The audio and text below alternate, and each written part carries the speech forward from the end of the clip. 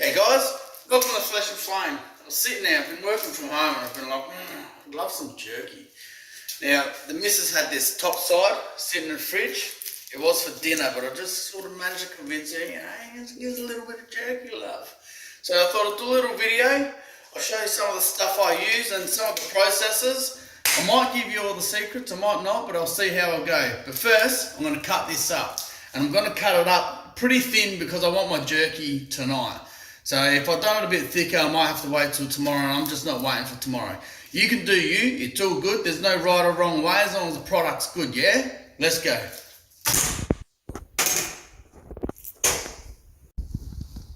There she is, she's all ready to go, guys. Right, so I've cut it up, right? Into roughly nice strips like this, but what I want you to take notice of is, see how the grain goes across the meat? That's important, because if the grain was going long ways, by the time it comes to eat it, mate, you're just going to be pulling on it. You're going to be like a dog with a bone. But, you know, it's still good. It's still good jerky if you get the wrong way. But try and learn. You want the grain going across. So that way when you bite into it when it's done, it's just going to shred off nicely. And, yeah, mouth's going to water. Let's wait for it, eh?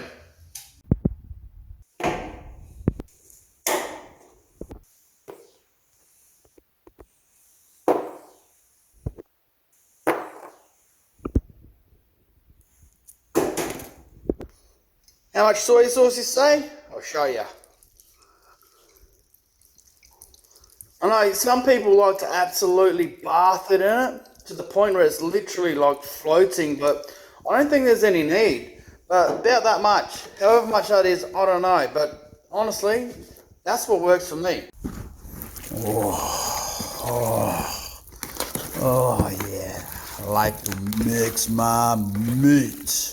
Mix it up, mix my jerky up, mixing my jerky. So that whole thing where you see a lot of blokes and they're just like bathing it, like to the point where the soy sauce is higher than the level of meat. I've not been a fan of it. I'm not saying it's wrong or right, but I just found this is the method that works for me most. Just enough soy sauce to coat it, and you'll smell it. Like, I can smell the soy sauce in there. So if I can smell it, surely I can taste it. And mate, I've made jerky hundreds of times, like hundreds of kilos. And it's tried and tested, mate, so it works. Give it a go. Variants of Woody. This here is a little bit of apple. And I've got tea tree. I'm just going to stick this in this kettle. I just want to get a little bit of smoke on this jerky. I don't want to be smoking for hours. Just get maybe half hour of good dirty smoke on it. And then I'll show you the rest. So my old neighbour, right, there's a Kiwi, and he always talked about how he used to smoke eel, fish and all that stuff back in NZ. And he always swore by tea tree wood, not tea tree oil, wood. So anyway, he gave me like a stack of it, and I wasn't sure about it, but I thought I'll give it a crack. So I got some barramundi from, down shop. I just put in a fish smoker, the ones where you put the kerosene underneath and you just smoke the sawdust. Mate, tea tree wood, it's good. You know, it sounds wrong, but once you try it, you'll know exactly what I mean. Yeah, doing a little hack I'm going to share with you. If you've got one of those gas barbecues with a side burner, mate, straight on there, how can you go wrong? They got me wood chips in there. I don't know if you can see it, wood chips in there. Once they've all smoked up, they'll go in the old bullet, and yeah, we'll be smoking then, eh? There you go, see? So once that's going, I'll chuck it out the bottom of here. I've already closed the vents off because I don't want a fire in there. As soon as that wood goes in there, I'm going to choke it. I just want that dirty smoke. Not long, honestly. Probably 20 minutes, maybe 40, depending on how much smoke I get out of it. But I just want that smoke flavour, and I don't want to be using that bloody liquid smoke crap. We all know that's poison for you. Meat's on the smoker. I did want to use the old offset, but she's a little bit dirty. I'll have to fix that. But we've got that there. I know I didn't lay it out neatly, but don't let that worry you. It's all about the end product. So I'll get the fire or the smoke, because I don't actually want any heat in here, you see. I only want the dirty smoke. So I'll get those wood chunks actually going, and then I'll sort of choke them out so it's only dirty smoke. And that sort of dirty smoke is not the sort of smoke that I want when I'm doing something low and slow like a brisket in the offset. This is dirty smoke just to get the flavour in it, and then I'll take it and I'll show you how to dehydrate it after. There we go. So I've got those chunks in there. Now, they were on fire when I first put it in, but I just separated the chunks so they weren't feeding each other, and it would just be straight dirty smoke. So open this up, if I remember how. Oh, just smoke. There's no flame in there, and that's exactly what I want. Don't want the flame, because I'll end up cooking the meat. We're making jerky, man, or steak, or whatever. And if you want to just double check, you know, plenty coming out, but I want it to stay in there. Now I'll stress this as well, don't leave it on there for like an hour, hour and a half. It'll just taste like you licked an ashtray. You only just want a little bit of a kick. So seriously, when it's smoking good like that, 20 minutes, it's fine, trust me. Take it out, dehydrate it, and she's going to be a ripper. It's been 20 minutes, so it's time to take this off. And like I said, that type of smoke that I explained before, that's what you want with this. Let's have a look. Oh yeah.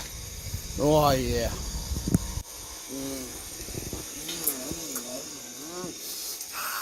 I could eat it like that, but it just hangs for some jerky, eh? So it's in the bowl, ready to go back inside. So, you know, when I'm touching this meat, it's actually still cold. So that just tells me that no heat got on it. And look, if you did get some heat on it, if some of those logs did catch back alive, don't hang yourself over it. It's alright. You're going to go put it in a dehydrator sitting between 50 to 70 degrees anyway. So don't hang yourself over it. Just go with it. See it to the end. All good. Right, let's go hang it up. And I've got a bit of a hack for you, so wait and see. Right. So here's the little hack, right? These skewers, alright? See that? So we actually sell these on our supplier website, but I use an oven, a fan force oven. The reason I do that is because I did have a big dehydrator. I literally use it that much that the plastic trays start dehydrating, they just become brittle, and they just, mate, just fell apart. What a bad thing. It's almost like a bragging story because I use my dehydrator that much. That's how much jerky I make, you know what I mean? But I'll put these together, I'll show you how these come in handy and how you can use a simple oven to make your jerky. Alright, now we're getting there. So I'm going to show you how these hacks work, because like I said to you before, my dehydrator, shag, right? So I'm using the old oven. It's fan force oven. I set it real low, it's still heating up a bit. So I want that to get maximum 70 degrees, but I'll let it fluctuate between, you know, 50 to 70 tops kind of thing. You can do it lower and slower, whatever else. If you're doing biltong, yeah, you do it a lot lower for a lot longer. But because my actual oven doesn't work unless it's closed, this is my little jig rig, right?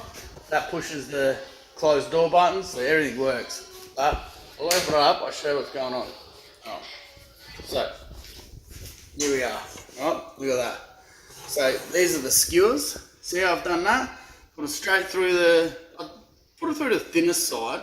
That way the thicker side sort of hangs down. But that's pretty much right, you know what I mean? But how good is that, right? Look at that. I'll put the foil down there because the missus cracks it. That's alright. Have a look, mate. See? Those skewers are just brilliant, mate. So many uses. Just make sure they're not sort of hanging on top of each other. That's why I've sort of got to, you know, skip them kind of thing. You get the idea. Alright, we'll wait anywhere from however long to probably long. And then I'll let you know what the final product is. Hold up. Almost forgot. The other important thing, even if you can close your oven door without doing this little jigger-rigger here, still put something like that in there, right? Because the reason that's important, because you need all that moisture to come out. Otherwise, it's just like oven baking, which won't work, right? So make sure you've got it open just a crack, because you want all that moisture to come out. And, you know, just check it probably, I don't know, once every hour or whatever, fully open it, have a look what's going on. If there's still a bit too much moisture hanging around, maybe make the crack in the door just a little bit bigger. Just keep an eye on it. But yeah, your oven will be different to mine. They all work differently, like every smoker works differently. But you'll get used to it, alright? So just stay around for the final product, eh? Looking forward to it, eh? Alright, so it's been, how long? About 4.5 hours. Just going to open and see how it's going. Here we go, have a look at that. It's looking pretty good. So it's still a bit soft in the middle. So some of this is probably going to take another, I don't know, 6 hours for some of the thicker ones like that. But this thin one here, that one's pretty much ready. I reckon I'll pull that out in about 45 minutes.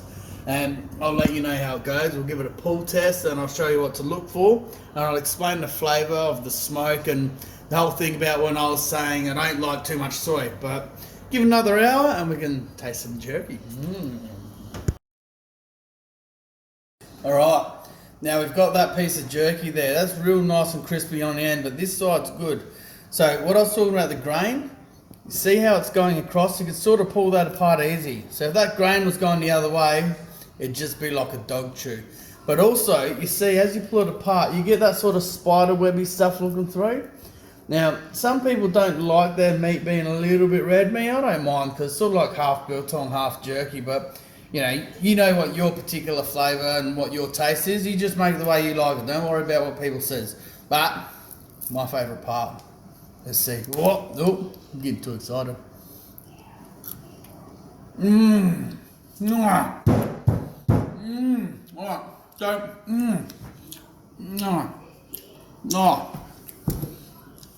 Alright, so hang on.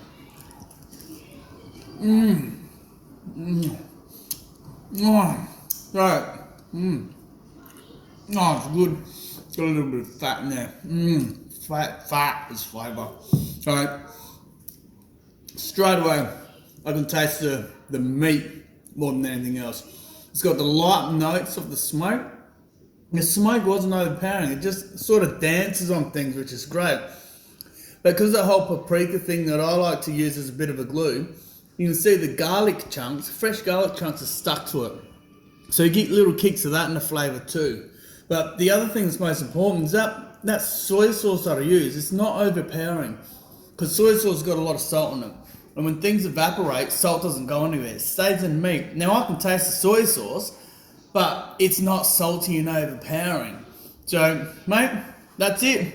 Homemade jerky in a normal conventional oven. You don't need dehydrator, just a little bit of time and a lot of meat. Cheers.